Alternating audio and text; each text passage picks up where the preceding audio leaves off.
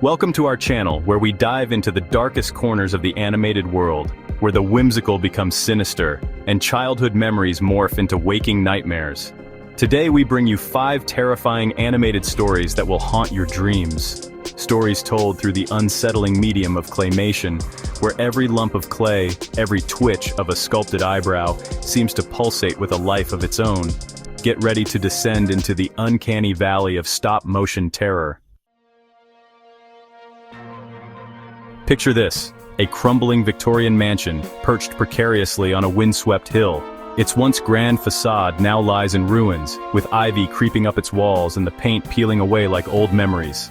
The house stands as a silent sentinel, watching over the desolate landscape, a relic of a bygone era.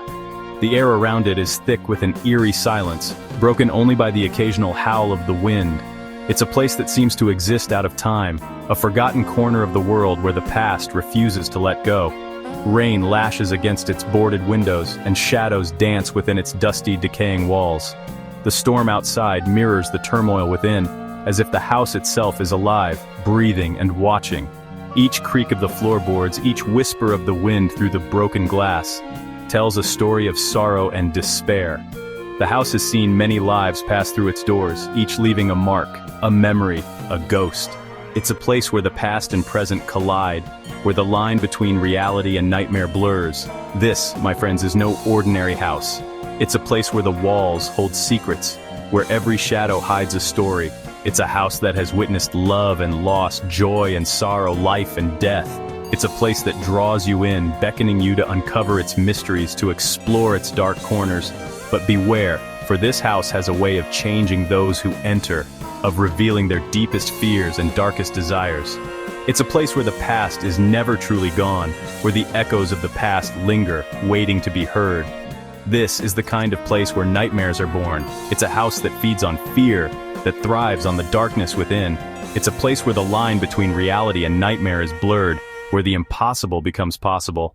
It's a house that has a life of its own, a presence that can be felt in every creak and groan. It's a place that draws you in, that makes you question your own sanity. It's a house that has a way of getting under your skin, of making you see things that aren't there, of making you feel things that you can't explain. Our story begins with a young animator, a man named Vincent, obsessed with capturing the essence of fear in his claymation creations. Vincent is a man driven by his passion, a man who spends countless hours perfecting his craft. He's a man who believes that true art comes from the heart, from the deepest, darkest corners of the soul. Vincent is a man who is not afraid to explore the unknown, to push the boundaries of his art. He's a man who believes that fear is the most powerful emotion, the one that can truly capture the essence of the human experience. Driven by a thirst for inspiration, Vincent stumbles upon the old mansion. It's a chance encounter, a twist of fate that leads him to the house on the hill.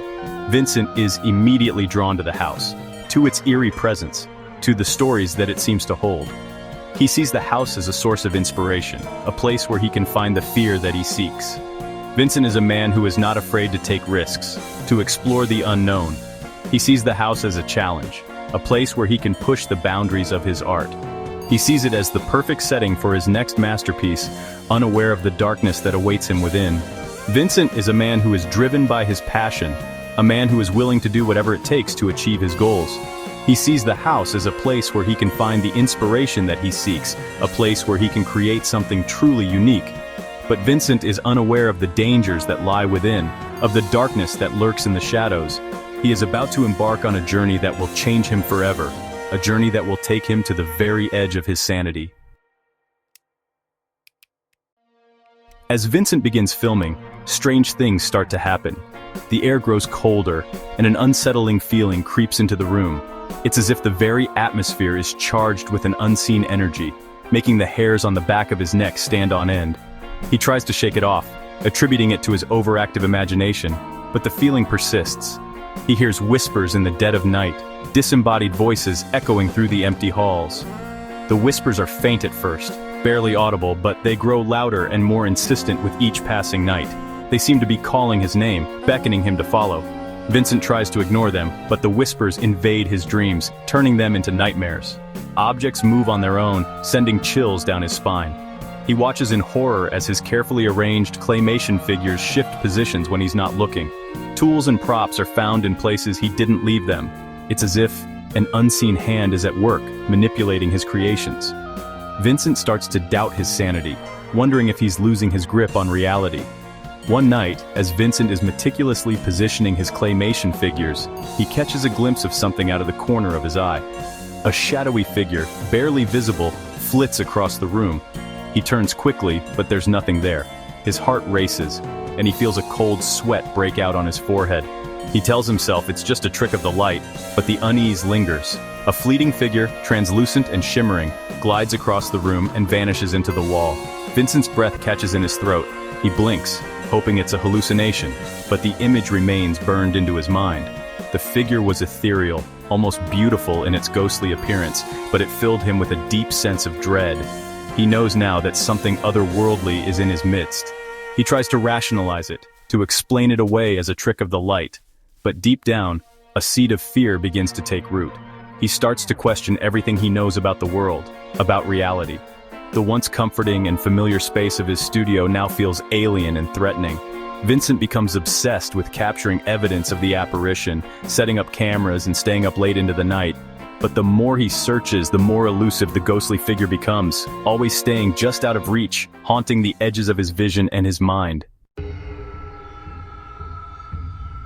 Among Vincent's collection of clay figures is a particularly unsettling doll, its porcelain face frozen in a grotesque grin. This doll stands out not just because of its eerie appearance, but because of the unsettling aura that seems to surround it. Vincent, a meticulous artist, has always been drawn to the macabre, but even he finds this doll particularly disturbing. He often wonders about its origins and the story it might hold within its cold, lifeless eyes. This doll, he claims, was found abandoned in the mansion's attic, its glassy eyes staring blankly into oblivion.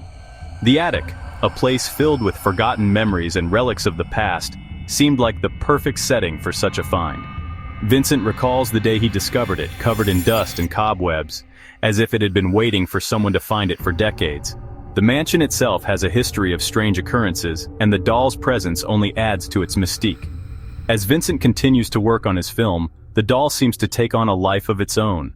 At first, it was subtle movements, a slight tilt of the head, a shift in its position. Vincent, engrossed in his work, dismissed these as mere coincidences or tricks of the light. But as days turned into weeks, the movements became more pronounced. The doll would be in a different spot than where he left it, its eyes seemingly following him around the room. Its head turns to follow him around the room, its painted smile widening into a menacing leer. Vincent's unease grows with each passing day. He starts to feel a constant presence, as if he's being watched. The doll's smile, once just a grotesque feature, now feels like a sinister mockery. He tries to rationalize it, telling himself that it's just his imagination, a result of spending too much time alone in the attic. He dismisses it as his imagination playing tricks on him, but the line between reality and his animated world starts to blur. Vincent's sleep becomes restless, plagued by nightmares of the doll coming to life and wreaking havoc. He starts to see the doll in his dreams, its menacing smile haunting him even in his sleep. The once clear distinction between his work and his reality begins to fade, leaving him questioning his sanity. The doll, once just a part of his collection, now feels like a malevolent force slowly taking over his life. One stormy night, driven to the brink by fear and paranoia, Vincent decides to confront whatever haunts the house. He ventures into the overgrown garden, following a path leading into a dark and foreboding forest. The trees twist and contort like grotesque figures, their branches reaching out like skeletal fingers. The air grows heavy with the scent of decay, and the wind whispers through the leaves, sounding like mournful cries. Deeper and deeper, Vincent descends into the heart of the forest, his flashlight casting eerie shadows that dance and writhe around him. Suddenly he hears a noise, a slow, deliberate crunch of leaves behind him. He spins around, his heart pounding in his chest, but sees nothing. He tells himself it's just an animal, but the sound continues, circling him, drawing closer. Then, in a flash of lightning, he sees it.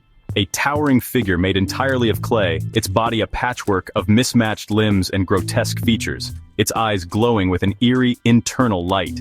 It lunges at Vincent, its clay claws outstretched, and everything goes black. The next morning, the mansion stands silent and empty, Vincent's camera lying on the floor, still recording.